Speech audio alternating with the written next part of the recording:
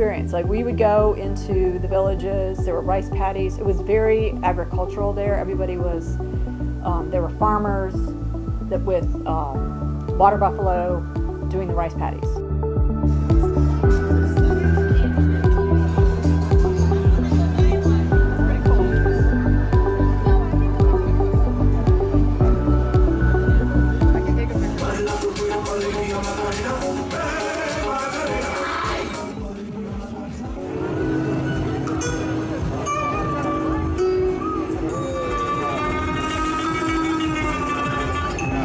Maybe they thought, well, combination. Yeah, make it more interesting because the costumes are beautiful. Yeah, yes. Really. The makeup, right.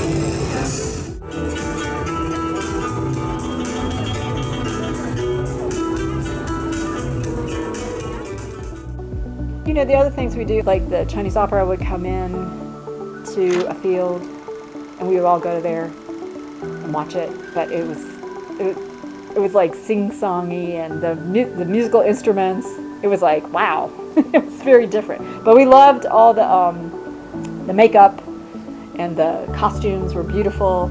So we would just, you know, go there and watch all that. And I remember one time a water buffalo got loose in the neighborhood, and all the kids ran around because they're dangerous. And everybody ran around chasing the water buffalo. That was exciting. So in our neighborhoods, on maybe Saturday morning, there was a guy who would walk around with a horse, old horse. We would have horse rides. And so everybody wanted to ride the horse. And then we also had somebody come around and they would do clay. So they make all these clay, beautiful. And we all wanted those. We all wanted the clay because you would have little to really big and ornate. And you would always bug your parents for money. It's like, because you wanted to buy the clay, the little clay sculpture. My military friend and I went to a dinner with all other the Taiwanese military people, and this is when we learned that you greet each one. You take the greeting and you have to match it. So they go around the table. One guy's, hey, Gambe, hey, Gambe, down the hatch. Make sure you got a drip on your head. They set me on my head, and whew. So after that, like I say, Jerry and I hopped in a cab and went back to the officers club, and we were so bloated, our wives wouldn't speak to us, and we had nothing to do but walk around, and all of a sudden we walked into this dressing room. We hardly knew what it was, and all these girls are screaming, and I guess we realized later this was the room for the waitresses, and some of them were getting dressed in that, and we hardly recognized them. We were just stumbling along. All we knew was this is a room we had never been in at the officers club. And I remember it was upstairs. We went upstairs and then kind of like on the roof and then into another area and down again. And meanwhile, Johnny Ray and some very, you know, the USO type group was entertaining a large group in the hall at the officers club, and we stepped on down there. Again, the wives wouldn't talk to us, so I'm walking out and he's singing, and afterwards he started out ready to go home, so to speak. Meanwhile, I had stumbled on down and I was on the edge of the swimming pool, and he started walking out and I started walking on the diving board, and I said, "Yay, Johnny, you did a great job." And I lost my balance and I fell into the pool. Then I got out and I walked in again to the club. I asked my wife to dance with me, and she looked at me and she wouldn't go near me. So they finally asked the bouncer of the club to throw me out. So they hailed a cab, gave him my address and let him take me home and let me sleep it off. What happened at the end of it the next day, the way my wife and Jerry's wife got back at us, she told us that they had received a call from the manager of the club, and the board of directors of the club was going to meet and decide whether they were going to kick us out of the club or not. So I said, "Oh God!" So I got a hold of Jerry, and we went up to the club, hat in hand, very quietly and said, look, we want to apologize for what we did. And the manager didn't even know what we were talking about. Oh, really? Oh, okay. The wives had cooked this up to get back at us. And so we didn't know. He didn't know. So he looked at it and said, nobody ever told us. And I looked at Jerry and said, you know what? We've been had. What people don't understand in Taiwan, so there are only 3 American TV shows in Taiwan. There's Popeye.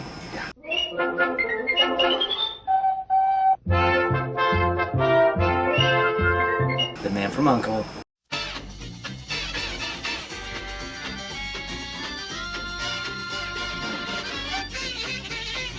and Rat Patrol.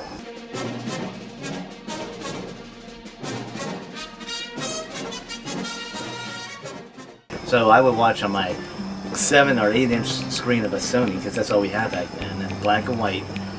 We would watch those 3 shows, and I forgot what day or night or what time they came on. But other than that, it was that crazy TV stuff. You listened to the ching, chong, bang, bang, and I said, what the heck are you guys watching? You know, it was just different TV.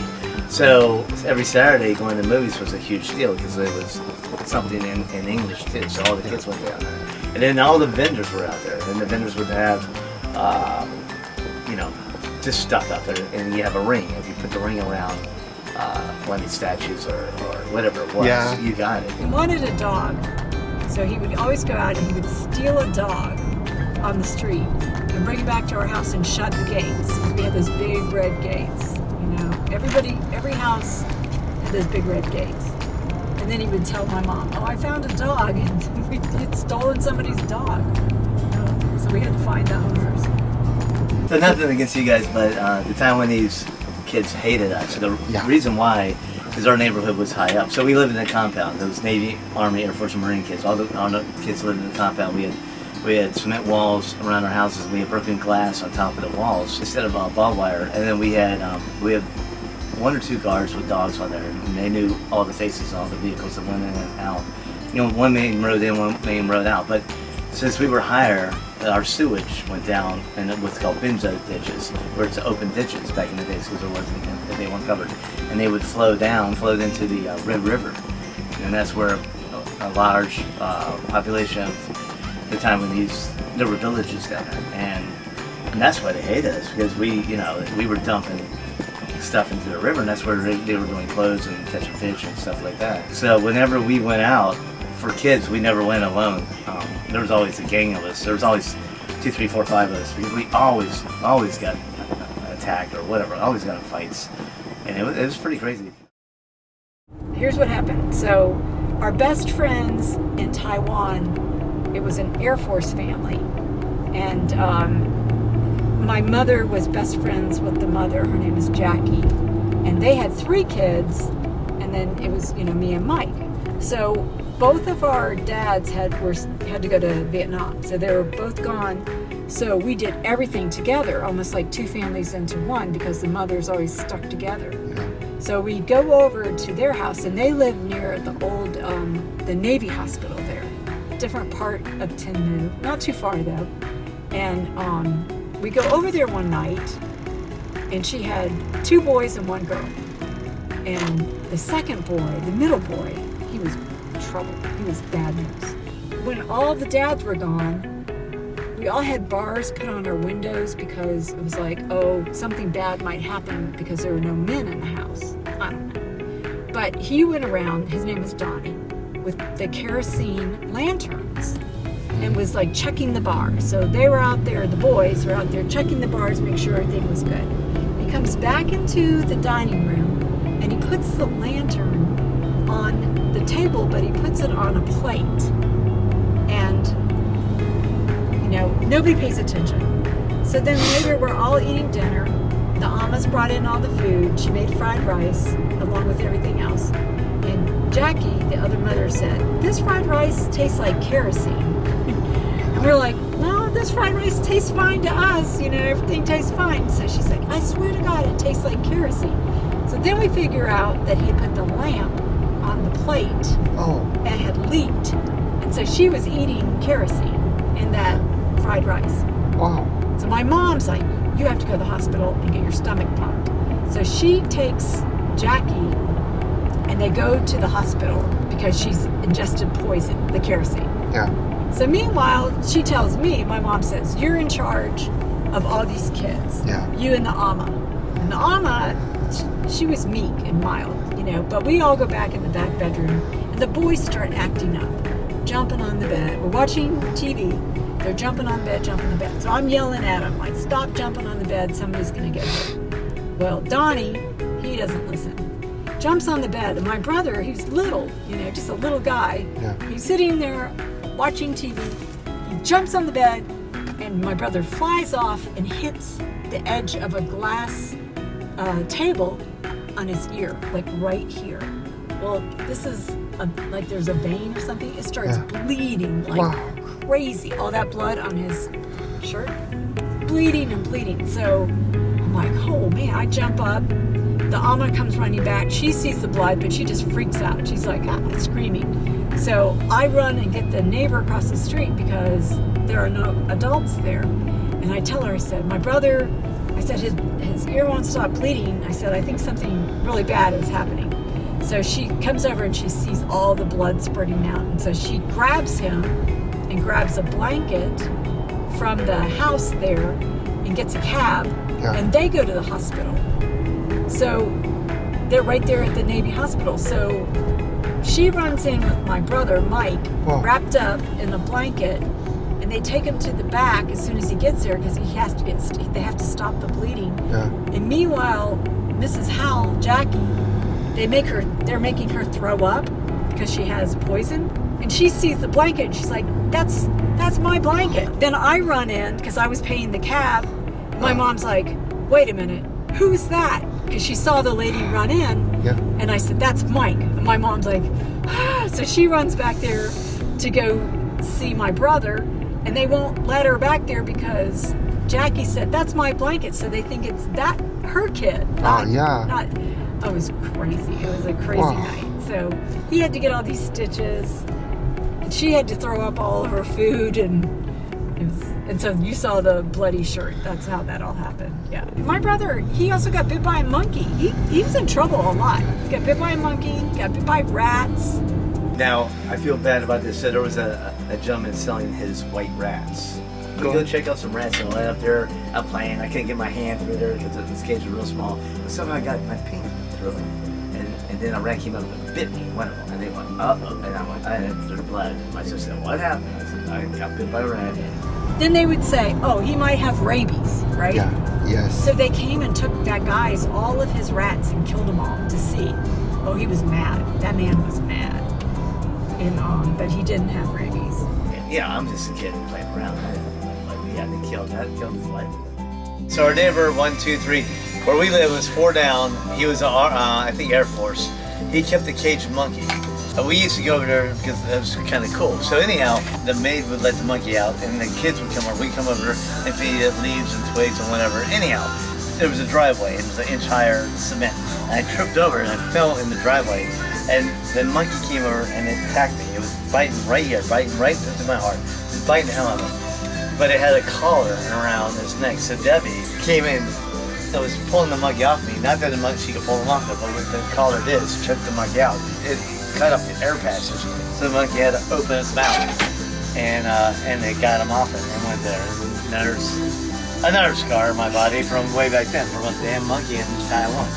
Taiwan put me in so many different situations. And this is a Chinese wedding that we went to on the Well, phone. And you're saying that he jumped in and I saved screwed him? that one up, didn't I? Oh, really? That's the one, the groom, Michael fell in a mud puddle. And he went in his nice clothes and got Michael out. Good job. Well, whatever. I think she just asked us. It was our Amma, and we were pretty close, and she said she's getting married, and asked us if we would like to attend, I guess just as a visitor, you know. And I don't really know the specifics of that. All I can remember is me being there.